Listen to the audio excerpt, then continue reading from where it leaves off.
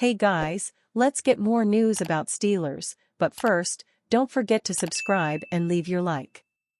Fields prepping for a second start, with Wilson in support. Russell Wilson's sore calf is getting better, but it still might not be ready in time for him to play in his return to Denver Sunday. With that in mind, backup Justin Fields is preparing to make his second consecutive start when the Steelers travel to Denver to play the Broncos. Coming off a game in which he threw for 156 yards and rushed for another 57, Fields said the main goal is not only for him to play well for himself, but for the team as well. It's very important, Fields said of playing well. It's more important for the team than me. I have a job, and that's to lead us to a win every week. As long as I do that, I'll feel good. It wasn't exactly supposed to be like this. The Steelers acquired both Wilson and Fields in the offseason, Wilson following his release by Denver and Fields via trade with Chicago, as they completely overhauled their quarterback room. Wilson was named the starter coming out of training camp, despite missing 2 weeks of time with a calf strain. That issue arose again late last week, leading to Fields being inserted as the starter in an 18-10 win over Atlanta. Wilson served as the third quarterback in that game. The 35-year-old veteran would almost certainly love to start this week against his former team, one that unceremoniously moved on from him after the 2023 season, but he also understands that there is a bigger picture to look at when it comes to the season. I'm getting closer, Wilson said after Thursday's practice in which he was listed as a partial participant. I'm just trying to be smart. It helps that the Steelers' coaching staff has complete trust in the abilities of Fields. While the fourth-year quarterback hasn't started a game in Denver before, he did face the Broncos in 2023 while with the Bears and had one of the best games of his career. Fields completed 28 of 35 passes for 335 yards with 4 touchdown passes and 1 interception, though the Bears lost to Wilson and the Broncos, 31-28. And the Steelers aren't looking for Fields to carry the offense, quite like Chicago was doing. They just want him to play solid, mistake-free football in new offensive coordinator Arthur Smith's offense. That's what Fields did last week against the Falcons. He was very disciplined, Smith said of Fields. He wasn't greedy. When the shots were there, we took advantage of them. For Fields, who didn't find out for sure until Sunday he would be starting, it was a good game under less than ideal circumstances.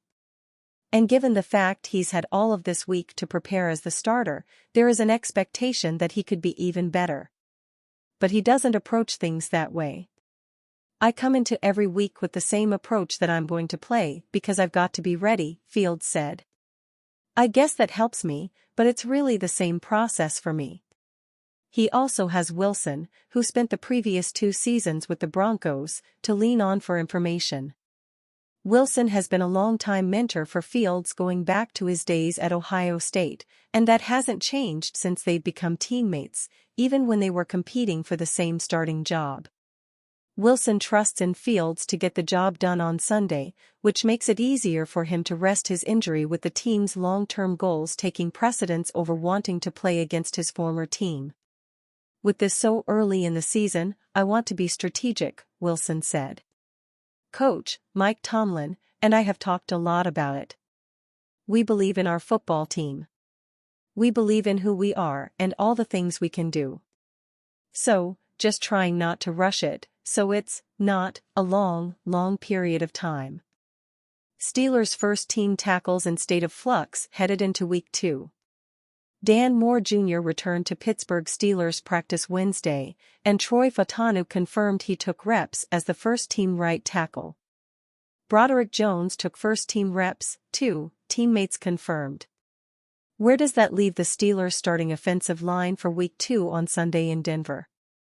I have faith in the whole room, especially Jones, Fanu, and Moore, whoever is at tackle. I have faith in them to do the job, center Zach Frazier said.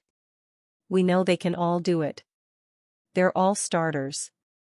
Indeed, Jones and Moore are returning starters, and Fanu has the pedigree of being a first-round pick in addition to a resume of impressing in training camp before suffering a knee injury during the preseason opener August 9.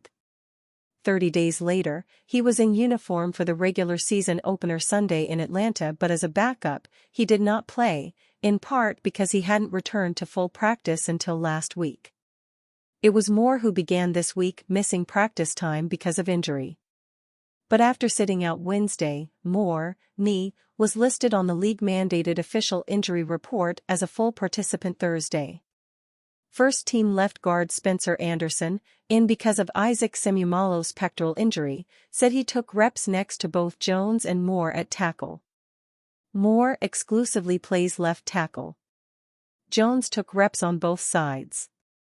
Fanu most often was regarded during the draft process as a right tackle, and he recently has said he feels more comfort there.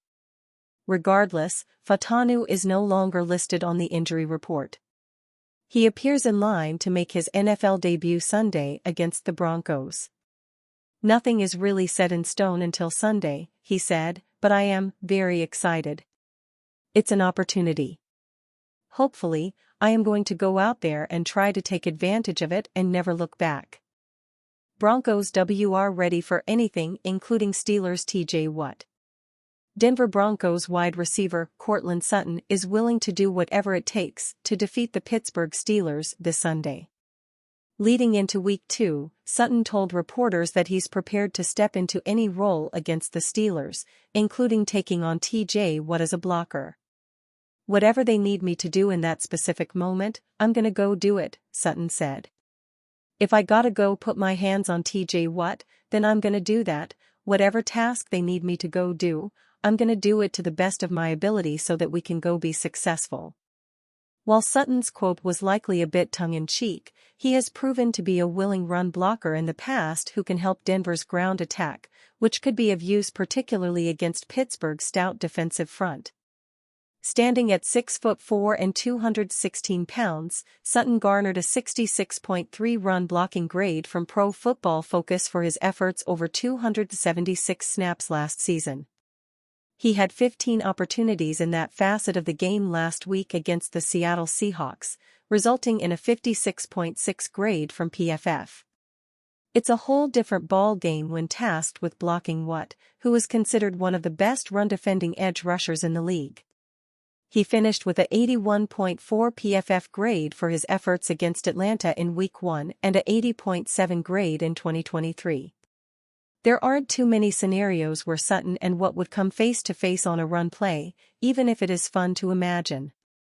Both players, however, will have plenty of chances to change the outcome of their contest on Sunday away from one another. Sutton led the Broncos with 772 receiving yards and 10 touchdowns last season while catching balls from current Steeler Russell Wilson, and he will have his sights set on improving from a 4-reception, 38-yard performance in Week 1. Watt, on the other hand, remains a Defensive Player of the Year favorite after a dominant showing against the Atlanta Falcons last Sunday, during which he tallied a sack and a fumble recovery. And you, fan? What do you think of the situation of Courtland Sutton? Leave your opinion in the comments.